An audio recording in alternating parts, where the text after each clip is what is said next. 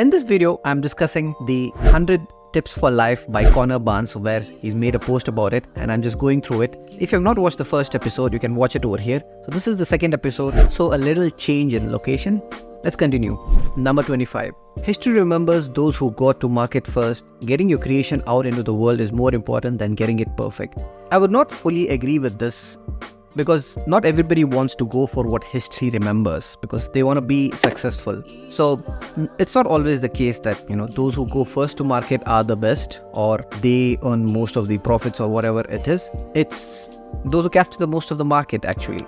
So if you get to market first and don't do a good job, you might be remembered through history, but you might not make the most amount of money, or you might not have the impact as you wanted to have. So I would not fully agree with this.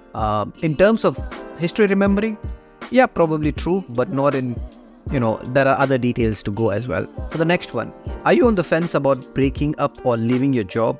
You should probably go ahead and do it. People on average end up happier when they take the plunge. Ooh, this is a tough one, because I don't know if I know anybody who's not on the, fence about leaving their job. I don't know about breaking up, but especially the leaving job part. Most of the people I know want to, leave their job or try out something else or do their business, etc.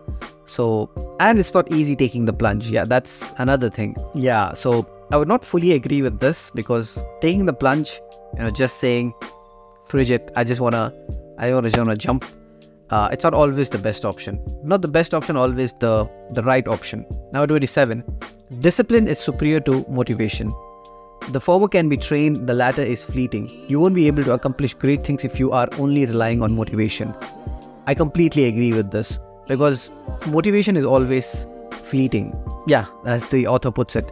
Because what happens is motivation is short-lived. I mean, at one moment, one might be motivated, like today I'm like pumped up, I want to go work out, I want to do this work, etc. Get into work, etc. But that doesn't last long. A discipline setup where, okay, this is the time I do this every day or every week or etc. Something like that. That works much more, that's much more long lasting, has more impact than motivation itself, which is short-lived generally, and discipline works in the longer game. So number 27. You can improve your communication skills with practice much more effectively than you can improve your intelligence with practice. If you're not that smart but can communicate ideas clearly, you have a great advantage over everybody who can't communicate clearly.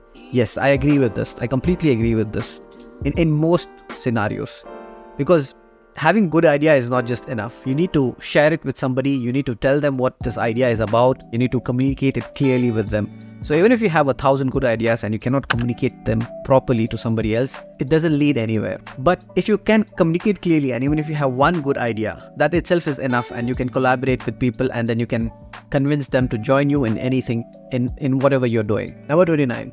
You do not live in a video game. There are no pop-up warnings if you're about to do something foolish, or if you've been going in the wrong direction for too long. You have to create your own warnings. Yeah, I agree with this. I mean, somebody who used to be a gamer, I still am to some extent.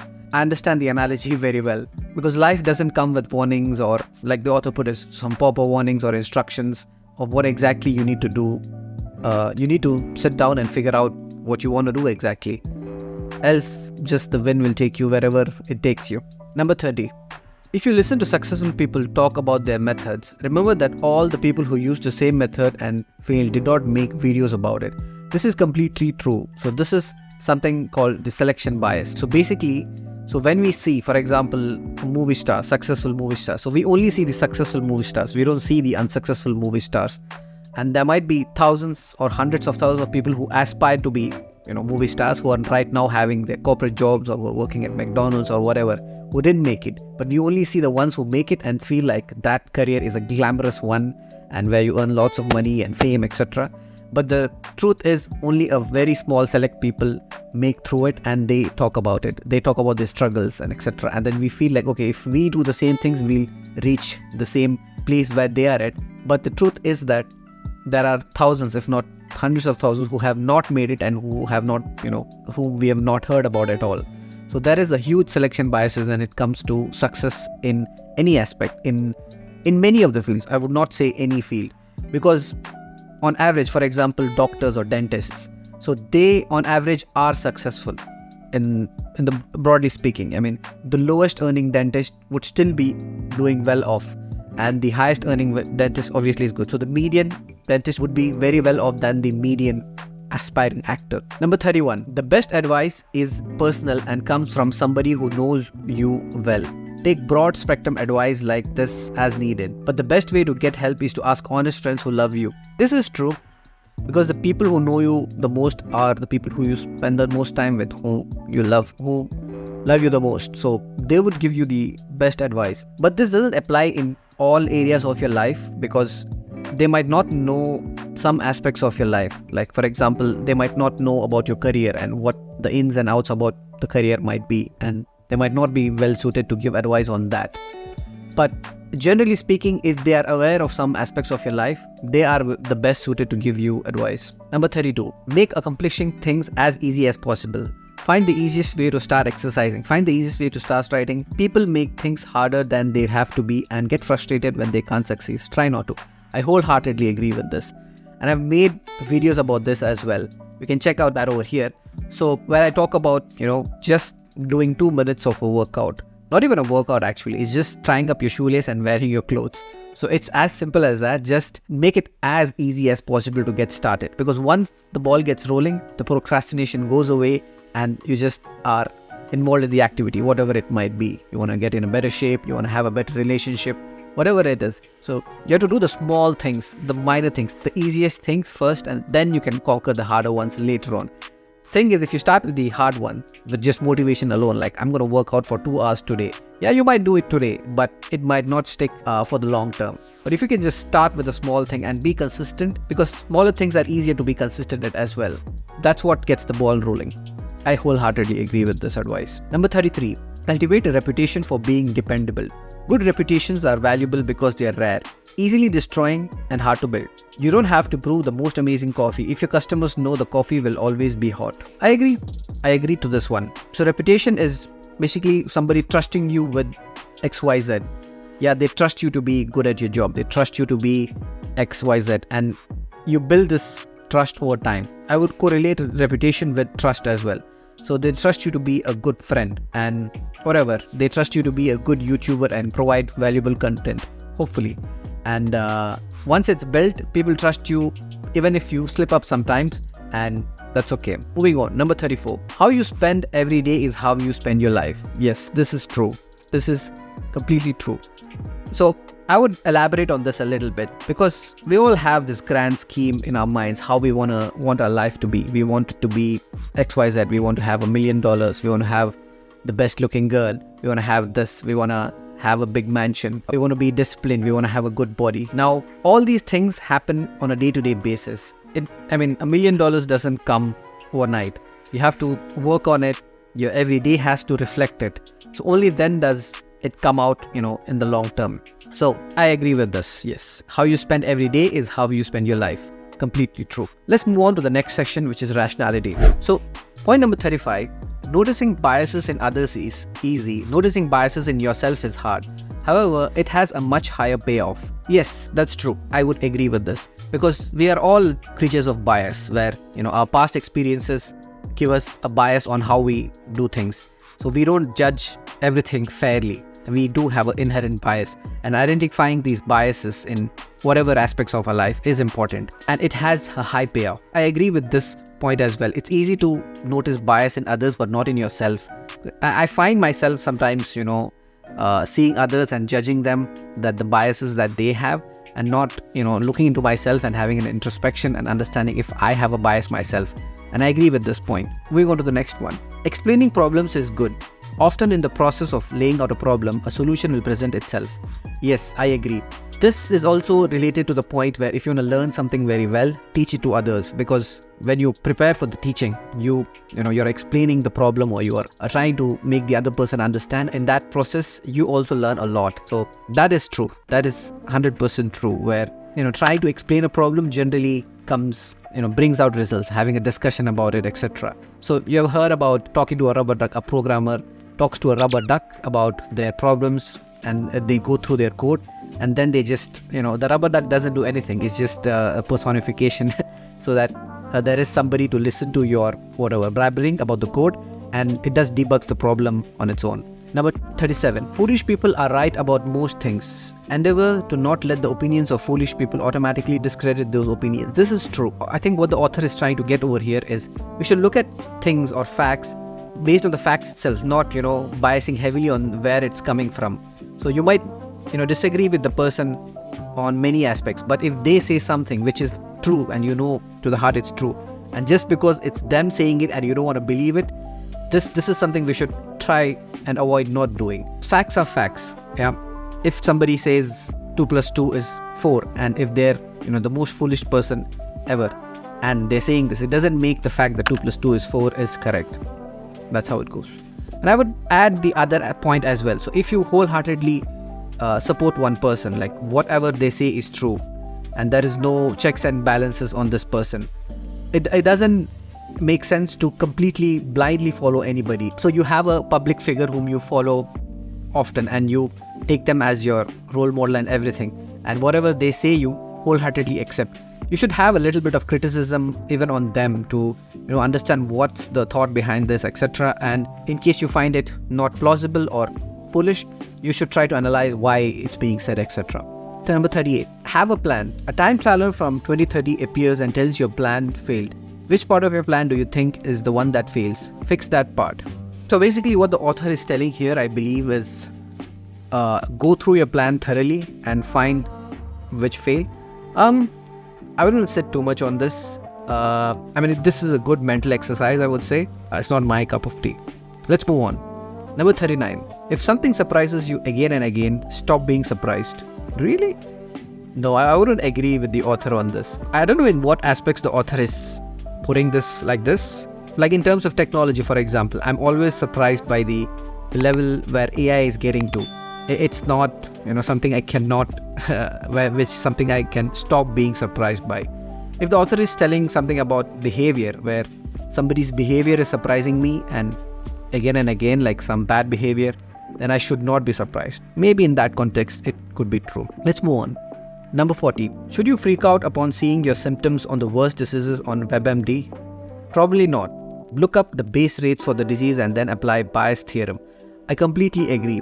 I wouldn't go to the extent of base rates and Bayes' theorem, etc.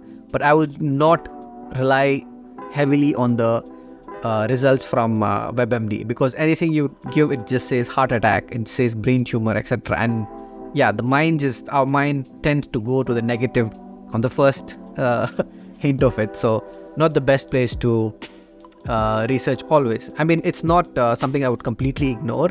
Sometimes it does help out, but in many cases it's better to just go to your doctor and have it looked at. Selfish people should listen to advice to be more selfless. Selfless people should listen to advice to be more selfish. This applies to many things. Whenever you receive advice, consider its opposite as well. You might be filtering out the advice you need most. So basically what the author is saying is, if you receive any advice and you agree with all the advice that you're receiving, maybe you need to look for a different kind of advice so that you're not pigeonholed into the same kind of thinking. Because today what happens is, because of the algorithm and everything, we are all living in our own worlds. Yeah, like the algorithm just creates a world for each and every one of us, and maybe it's better to look into things outside what it is. So if you're a person who's selfish, for example, you need to look for advice which is more selfless, and vice versa. Let's move on. Number 42. Common systems and tools have been designed so everybody can handle them. So don't worry, you're the only one who can't. You can figure out doing laundry, baking, and driving on a highway. That's true. I agree with this, because there are many things which I don't know how to do. For example, I don't know exactly how our laundry machine works, but I know that I can figure it out. Yeah, it's not a big deal. There are many things in the house or outside the house which I don't know how to do, but I know that I can figure it out and I don't worry about it too much. Like baking, for example, or cooking. I don't know how to prepare the best meals, but if push comes to shove, I know I can do it. So the next section is about self. Let's get to it. Number 43. Deficiencies do not make you special. The older you get, the more your inability to cook will be a red flag for people. So I think what the author is getting into is, if you are somebody who says, yeah, I don't know how to drive, or I don't know how to cook, or whatever it is, it doesn't make you special. That's true. I agree with it. So learning a very basic skill, like, learning how to cook, or some people I know who are old, who don't know how to use the internet properly, doesn't make them special. Actually, it makes them, left behind. That's true. Let's get to the next one. Number 44. There is no interpersonal situation that can't be improved by knowing more about your desires, goals, or structure. Know thyself. That is true. So getting to know oneself, that is understanding what I truly want or what you truly want. What are your interests? What are your desires? Where do you want to be, etc. Getting to know yourself properly, understanding what that is, will make you a better person. Interpersonal situation. So communication with other people will also improve once you know yourself better. Number 45. If you're under 90, try things. Yes, I agree with this a lot. So I have this philosophy. Yeah, I've heard this sometime back. I don't know exactly where. I heard it in a podcast where take every new thing as an experiment. Like taking this YouTube channel, for example. So I've started this as an experiment, a long-term experiment where I try to understand how, it impacts my life, how it is going. And it's going really well. It has taught me a lot of new things about, this world of YouTube, etc. Not just YouTube, about many things in general. So trying it out, experimenting it, understanding what it is, if it's for you, if it's not for you, etc. is a wonderful way to live life. And it's very exciting as well.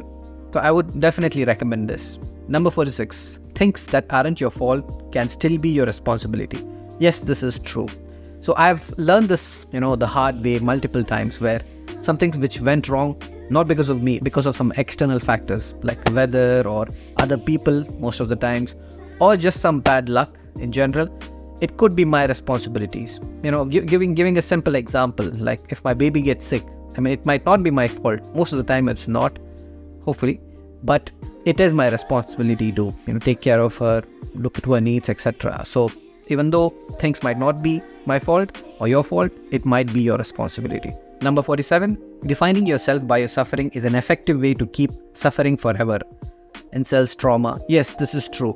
So everybody has some suffering in their life, in the past or in some aspect of their life, and just living that suffering again and again, just thinking about it and defining your character based on the suffering just leads to more suffering. I have seen this, like some girl left you, or your best friend passed away, or whatever. If you define yourself on this, like you're somebody, who are you? I'm somebody whose friend has passed away, or whatever it could be, it can lead you to have more suffering rather than it being defining. Yes, it is part of your life. I'm not saying deny that part, but don't make that the cornerstone of your personality. It should be part of your personality, but not the most important thing, not something that defines you. I would agree with this. Keep your identity small. In quotes, I'm not the person who does things like that, is not an explanation. It's a trap. It prevents nerds from working out and men from dancing. That's completely true.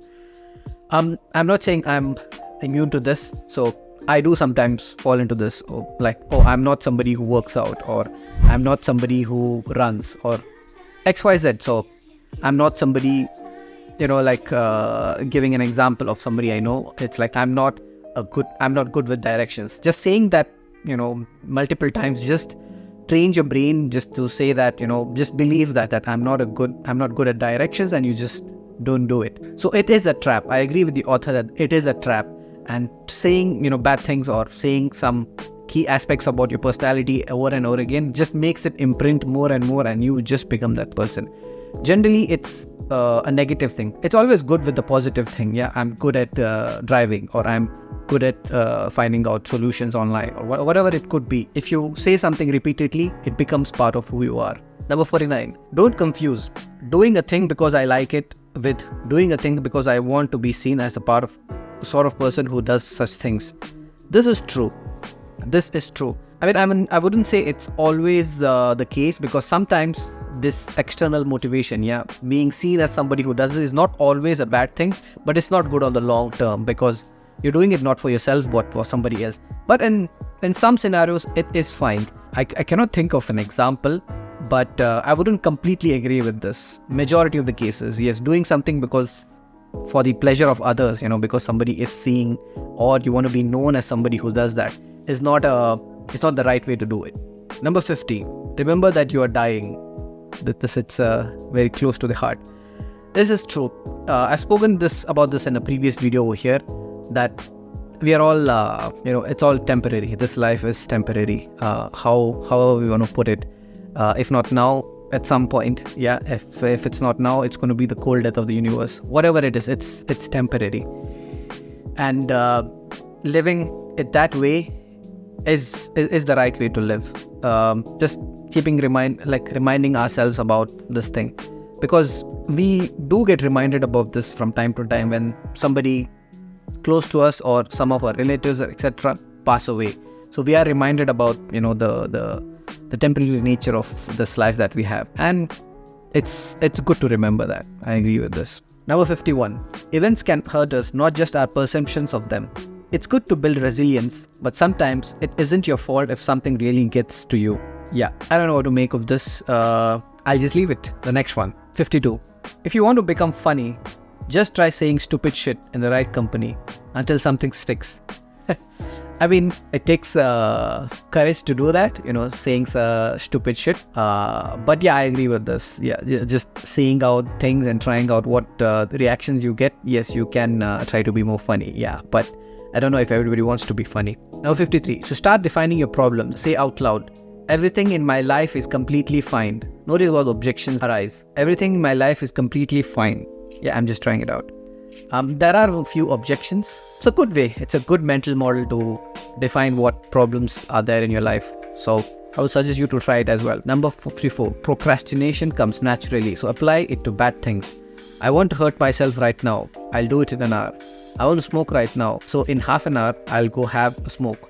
Then repeat. Much like our good plans fall apart when we delay them, so can our bad ones. This is true. So this technique is used like, for example, by smokers itself. So they'll keep their, smokes far away, so that if they have to smoke, they'll not keep a stash of smoke in their home. So if they have to smoke, they'll have to go down to, buy the smoke and then do it.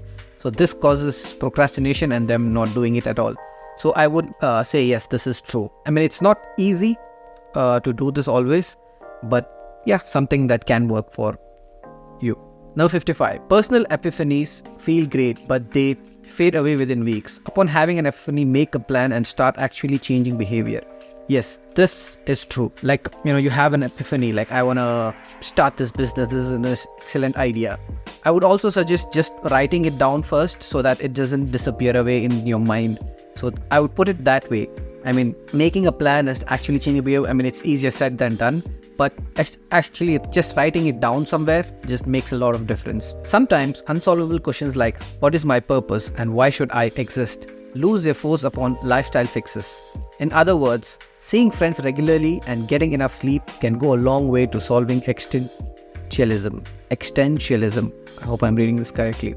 This is true to some extent. So there is, a rising trend of people not finding their purpose, like what do they want to do with their life and where do they want to be, etc. Why do I exist, etc. All these questions are getting more and more common, or maybe I'm getting older and meeting more people who have these questions. But I don't know to what extent this is true. The author is suggesting just seeing friends regularly and getting good sleep can solve this to some extent, can go a long way. That's what to put it. I don't know if it will go a long way, but something to try out and find out. Yeah, it's not something I would disagree or agree with. Let's get to the next one. So the next session is hazards. We are at number 57 now. Still more to go. So what I'm going to do is cut the video over here and make another part number 3. So the next part will come later. Thank you for watching. See you later.